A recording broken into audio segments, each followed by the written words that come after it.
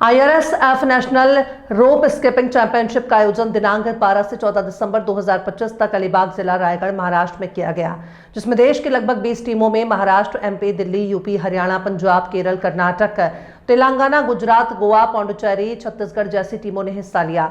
रोप skipping association Madhya Pradesh के महासचिव इमाम बख्श सौदागर और SD श्री संदीप राठौर भोपाल ने आगे जानकारी देते हुए बताया कि मध्य प्रदेश की टीम से कुल 40 खिलाड़ियों ने भाग लिया, जिसमें 27 बालिका और 13 बालक विभिन्न आयु वर्ग में सम्मिलित हुए।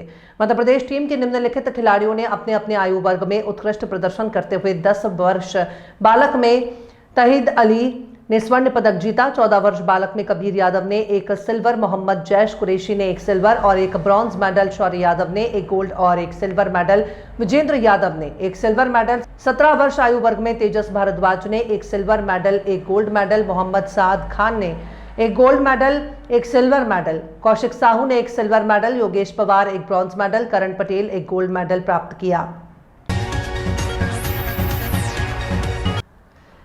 पिपलौदा में छात्रा में एक ऐसी अद्वितीय अक्षमता हो सकती है क्या? जी हाँ, ऐसी अद्वितीय क्षमता जो इंसानों में बहुत ही कम देखने को मिलती है, और इस प्रकार की क्षमता देखने को मिली रतलाम जिले के पिपलौदा तहसील के स्थानीय संकुल केंद्र कन्या उच्चतर माध्यमिक विद्यालय पिपलौदा में। छात्रा वृद्धिमा चुंडावत कक्षा 10वीं में अध्ययनरत है और उनके पास बहुत ही सुंदर कला, पोर्ट्रेट बनाने की कला है। शिक्षक गणेश मालवीय जो अध्यापन का कार्य करवाते हैं, जब शिक्षक को पता चला कि ये छात्र अद्वितीय है तो उन्होंने पहले तो इसका टेस्ट लिया और कहा कि अगर ये छात्रा कोई सरप्राइज दे सकती है तो हम मानेंगे। इस परीक्षा में छात्रा सफल रही और शिक्षक गणेश मालवीय का हूबहू पोर्ट्रेट बनाकर सरप्राइज दिया। इससे खुश होकर शिक्षक द्वारा 1000 की नगद राशि से प्रोत्साहित किया गया।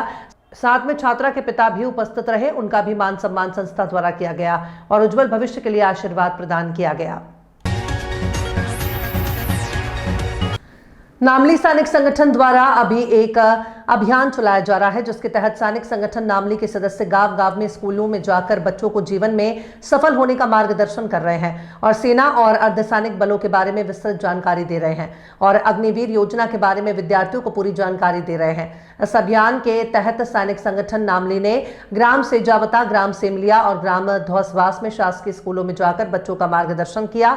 सैनिक संगठन नामली के साथ कैलाश माली, दीपक चौहान, संजय शिंदे, गोपाल चौहान, अरुणपाल सिंह, संदीप तलोदिया और संगठन के बाकी सदस्य आगे भी इस अभियान को जारी रखेंगे और बाकी अन्य आसपास के गांवों के स्कूल और नामली के स्कूलों में जाकर बच्चों को मार्गदर्शन करेंगे। सैनिक संगठन का उद्देश्य है कि रतलाम जिले के बच्चे हर क्षेत्र में आगे बढ़े और इसके लिए सैनिक संगठन नामली विद्यार्थियों का मार्गदर्शन करता रहेगा।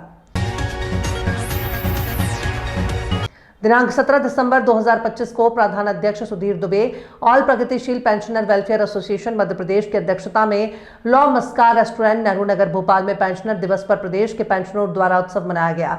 इस अवसर पर श्रीमती गीता वंशकार, शासकीय शिक्षिका माध्यमिक शाला अरवलिया, संकुल ईटखेड़ी भोपाल जो 30 वर्ष की सेवा और श्री डॉक्टर दामोदर जैन इस महीने रिटायर्ड होने जा रहे हैं, शॉल और गुलदस्ता भेंट कर प्रांताध्यक्ष सुधीर दुबे, उप प्रधानाध्यक्ष गंगवार जी और प्रांतीय महामंत्री अभय जैन ने सम्मानित किया। इस अवसर पर समिति द्वारा शासन से पेंशनरों की मांगों और उनकी समस्याओं का शीघ्र निराकरण करने की मांग की गई है। इस अवसर पर आगंतुक समस्त पेंशनरों के लिए रेस्टोरेंट में चाय पानी और स्वादिष्ट भोजन की व्यवस्था भी की गई थी।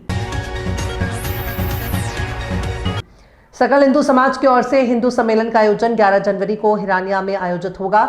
इसको लेकर आज परशुराम मंदिर दशहरा मैदान हिरानिया में सकल हिंदू समाज की गरिमामय उपस्थिति में विधि विधान से पूजा अर्चन कर भूमि पूजन के बाद ध्वजारोहण किया गया, जिसमें नगर और आसपास के सकल हिंदू समाज ने हिस्सा लिया।